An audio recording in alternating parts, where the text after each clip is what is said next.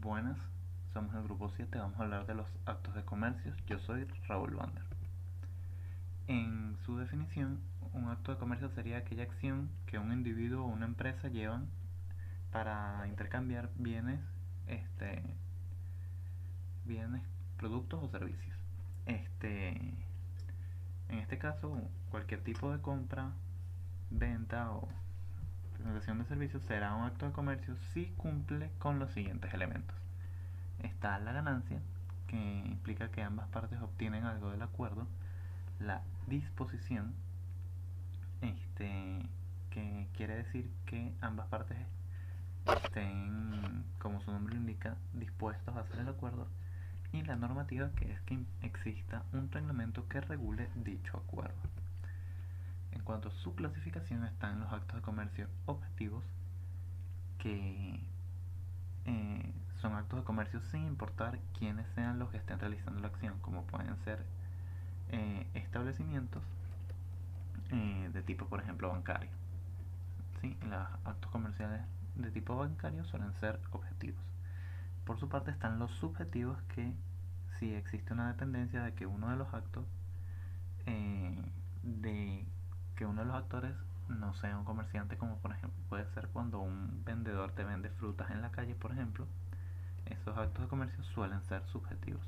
Y cuando hay actos de comercio que mezclan de las dos, como por ejemplo una persona que contrata un seguro, eso es un acto de comercio mixto. Ahora hablaremos acerca de los actos de comercio objetivos. Los actos de comercio objetivos son aquellos que se basan a sí mismos y no se requiere de un elemento de juicio para determinarlos, sino más bien se toma únicamente la naturaleza del acto para indicar que es un acto de comercio, lo que se establece en el artículo respectivo y quienes forman parte de este acto de comercio. Los actos de comercio objetivos se expresan en el Código de Comercio en el artículo 2, donde se establece que son actos de comercio ya de parte de todos los contratantes, ya de parte de alguno de ellos, con lo que se refiere a los actos de comercio unilaterales y bilaterales, ya que en un acto unilateral una sola de las partes es comerciante, mientras que en un acto bilateral ambas partes lo son, pero esto no desnaturaliza el carácter de acto de comercio. Por lo que, en el caso de que una de las partes no sea comerciante, igualmente constituye un acto de comercio. En nuestro Código de Comercio se pueden encontrar dos actos de comercio objetivos, como lo son el acto de comercio objetivo absoluto y el acto de comercio objetivo relativo. En el caso del acto de comercio objetivo en sentido absoluto, este es el acto en el que la naturaleza comercial del acto esté implícita en el acto mismo. Podemos observarlo en los ordinales 3, 12, 13, 14 y 16 del artículo 2 del Código de Comercio, en donde se encuentran la compra y la venta de un establecimiento de comercio y de las acciones de las cuotas de una sociedad mercantil, los seguros terrestres, mutuos o a prima contra las pérdidas y sobre las vidas, todo lo concerniente a letras de cambio, aun entre no comerciantes, las remesas de dinero de una parte a otra, hechas en virtud de un contrato de cambio, y todo lo concerniente a pagarés a la orden entre comerciantes solamente, o por actos de comercio de parte del que suscribe el pagaré, las operaciones de banco y las de cambio y las operaciones de bolsa. En el caso del acto de comercio objetivo en sentido relativo, se divide en actos objetivos relativos en relación al intento especulativo, actos objetivos en relación de la forma particular de su ejercicio y actos objetivos en razón de otro que aparezca como principal. En el caso de los actos objetivos en relación al intento especulativo, se encuentran los ordinales 1 y 2 del artículo 2 del Código de Comercio, que señalan la compra, permuta o arrendamiento de cosas muebles hecha con ánimo de venderlas, permutarlas, arrendarlas o subarrendarlas en la misma forma o en otra distinta, y la reventa, permuta o arrendamiento de estas mismas cosas. La compra o permuta de deuda pública u otros títulos de crédito que circulen en el comercio, hecha con el ánimo de revenderlos o permutarlos, y la reventa o permuta de los mismos títulos. Por otro lado, los actos objetivos relativos en razón de la forma particular de su ejercicio se encuentran en los ordinales 5, 6, 7, 8, 9 y 11, que son las empresas de fábricas o de construcciones, empresas de manufacturas, almacenes, bazares, tiendas, fondas, cafés y otros establecimientos semejantes, las empresas para el aprovechamiento industrial de las fuerzas de la naturaleza, tales como las de producción, utilización de la fuerza eléctrica, empresas editoras tipográficas, de librería, litografía, fotografía, el transporte de personas o cosas por tierra, río, canales navegables, en las empresas de espectáculos públicos, y los actos objetivos relativos en razón de otro que aparezca como principal se encuentran en los ordinales 4, 10 y 15, que son la comisión y el mandato comercial, el depósito por causa de comercio, las empresas de provisiones o suministros, las agencias de negocios y las empresas de almonedas y las operaciones de corretaje en materia mercantil. Luego de la entrada en vigencia de la Ley de Comercio Marítimo, los ordinales 17 al 22 quedaron exceptuados del Código de Comercio debido a su relación con el comercio de naves, armamento para navegación y comercio marítimo en general. El carácter enunciativo de la numeración del artículo 2 del Código de Comercio. Algunos autores consideran que la numeración que se realiza en el artículo 2 del Código de Comercio venezolano, donde se explican cada una de los actos de comercio que existen en el país, es de tipo taxativo. Es decir, que los únicos actos de comercio que existen en el país son los mencionados en dicho artículo. Pero la mayoría cree que el carácter de esta numeración es enunciativo, es decir, que a pesar de no estar mencionados otros actos de comercio en dicho artículo, se puede aplicar la analogía particularmente para cada acto y así considerarlo un acto de comercio. Esto se considera así debido a que en el Código de Comercio se habla de otros actos considerados como actos de comercio que no se mencionan en esta numeración y por medio de interpretación analógica pueden asumirse como tales. Además, por el artículo 4 del Código Civil venezolano, donde dice que cuando no hubiera disposición precisa de la ley, se tendrán en consideración las disposiciones que regulan casos semejantes o materias análogas, y si hubiere todavía dudas, se aplicarán los principios generales del derecho, por lo que se admiten las analogías para el caso del Código de Comercio. Otra de las razones para asumir que el carácter es enunciativo es el sentido amplio con el que fue escrito el Código de Comercio. En ciertos ordinales podemos ver que se hace uso de frases como tales como, u otros objetos y demás, que llevan a asumir el carácter enunciativo de este artículo. Por otro lado, al realizar la interpretación analógica se debe procurar no modificar la voluntad del legislador al momento de la redacción del Código de Comercio, como a lo que se refería Roberto Goldsmith, quien dice que la extensión analógica debe hacerse en relación a cada uno de los actos enumerados. Con esto podemos interpretar que, como por tratarse de actos de comercio objetivos, su existencia dentro del Código de Comercio depende de su naturaleza, y la analogía de un acto no estipulado dentro del Código de Comercio debe hacerse con otro acto de naturaleza similar, que se encuentra dentro de los ordinales del artículo 2, para así no modificar la voluntad del ente legislador de este código. César Reyes, y les desarrollaré los siguientes temas: acto subjetivo de comercio, acto unilateralmente mercantil o mixto y actos de comercio unilateral y bilateral. Veamos. Actos de comercio subjetivo. Según el artículo 3 del Código de Comercio, establece lo siguiente: además de los actos de comercio, cualquiera otros contratos y cualquiera otras obligaciones de los comerciantes, si no resulta lo contrario del acto mismo, o si tales contratos y obligaciones no son de naturaleza esencialmente civil. Esto es lo que nos dice nuestro artículo 3 del Código de Comercio para actos de comercio subjetivos. Es importante resaltar que el sistema jurídico necesita delimitar la materia mercantil.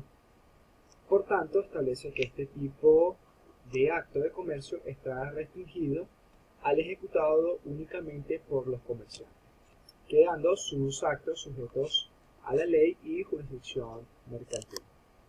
Continuamos con actos de comercio subjetivo. Para ello, para la determinación de estos actos de comercio subjetivo, se toma en cuenta la cualidad del comerciante, de la parte interviniente, como requisito fundamental.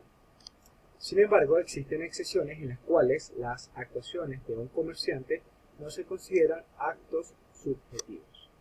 Entre ellos, les voy a dar dos ejemplos. El primer ejemplo, como pueden observar, puede ser la compra de una casa por parte del comerciante para regalársela a su madre. Como segundo ejemplo, acá tenemos frutas. Entonces puede ser visto como la adquisición por parte del comerciante de dichas frutas para el consumo propio. Bueno, en estos casos, todos son llevados a cabo por un comerciante. pero el fin no es el del lucro. El lucro es un aspecto relevante para ser catalogado como acto de comercio. Recordemos que todo acto de comercio está ligado al lucro, que implica la obtención de ganancias, dividendos o utilidades que son compensatorias a la actividad comercial realizada por el comerciante.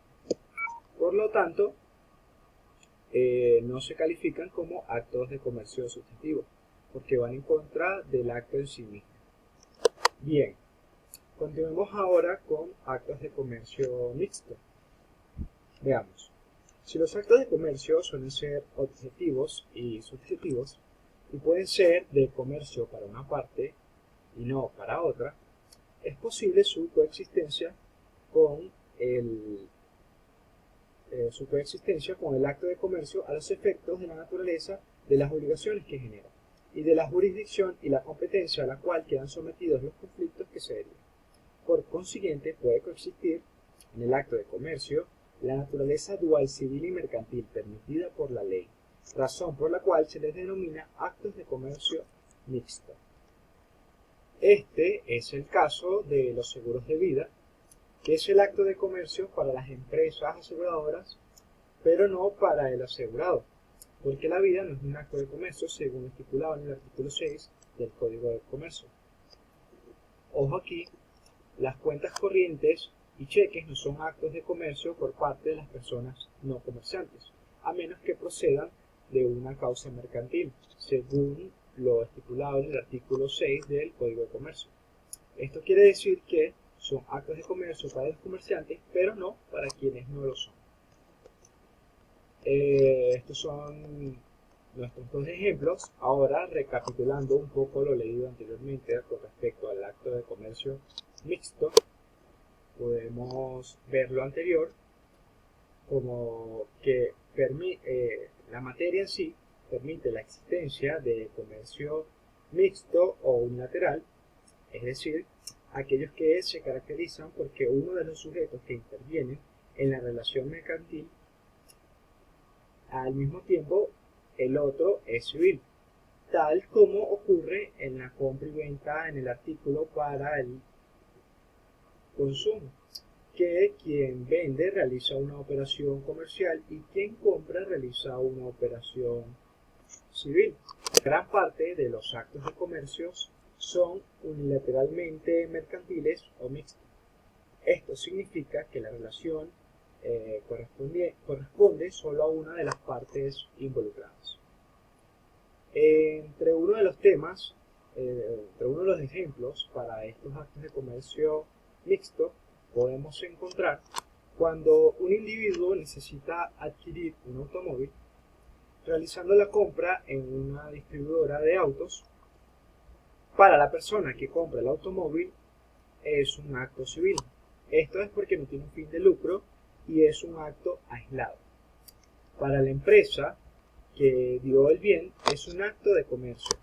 Esto es porque recibió una ganancia al ser el mediador entre la ensambladora y el cliente final. Actos de comercios unilaterales y bilaterales. Parte de la clasificación anterior que le hemos dado a los actos de comercio, existen actos de comercio bilaterales y unilaterales.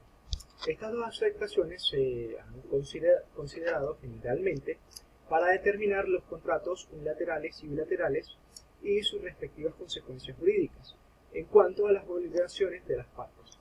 Es así como el contrato es unilateral cuando una sola persona se obliga y bilateral cuando ambas partes se obligan recíprocamente, según lo establecido en el artículo 1134 del Código Civil.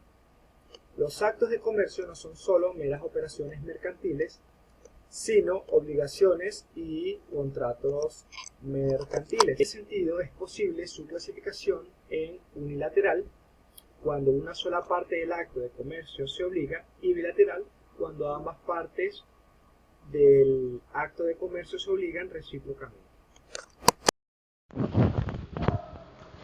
Espero que se hayan mantenido activos hasta el momento. Seguiremos abarcando el mismo concepto que nuestros compañeros venían explicando anteriormente.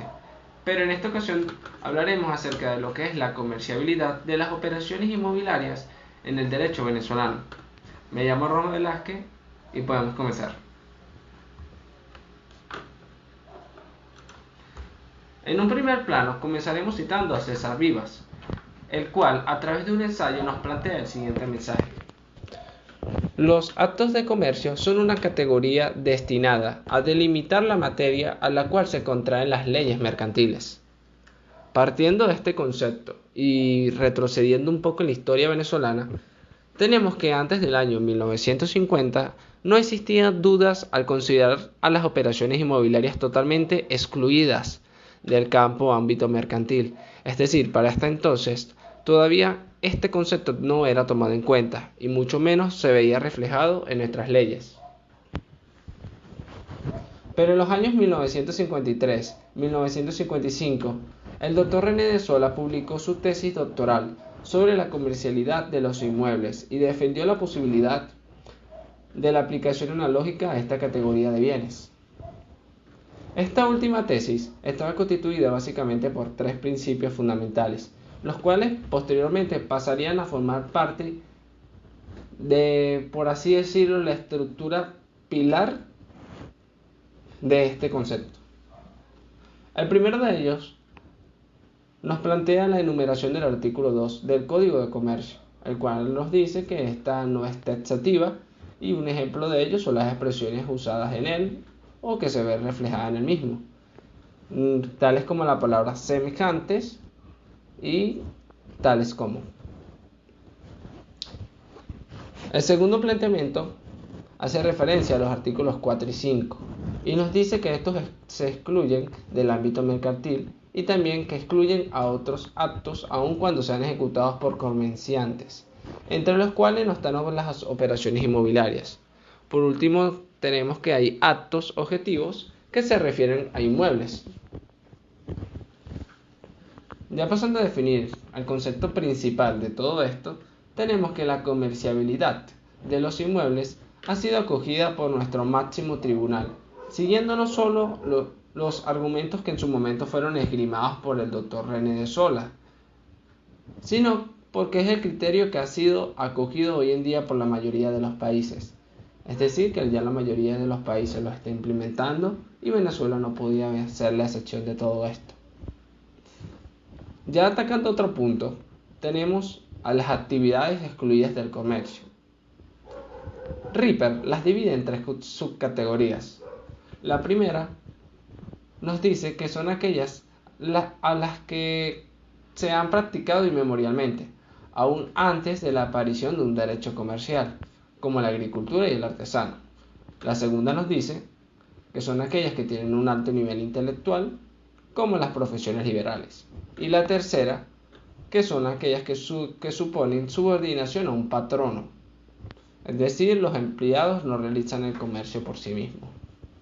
Ya para concluir, citamos nuevamente a César Vivas, el cual en esta ocasión nos presenta 2 autores y los conceptos que ellos querían transmitir. Tenemos al autor Hugo Mármol, el cual por su parte señala que en materia de los inmuebles no hay silencio de la ley, porque están ampliamente regulados por el Código Civil.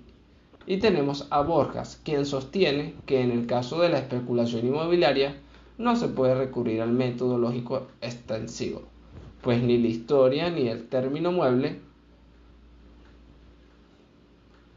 así lo permiten. Esto fue todo. Espero que hayan entendido por lo menos un concepto superficial del texto y del concepto que nosotros queríamos transmitirles.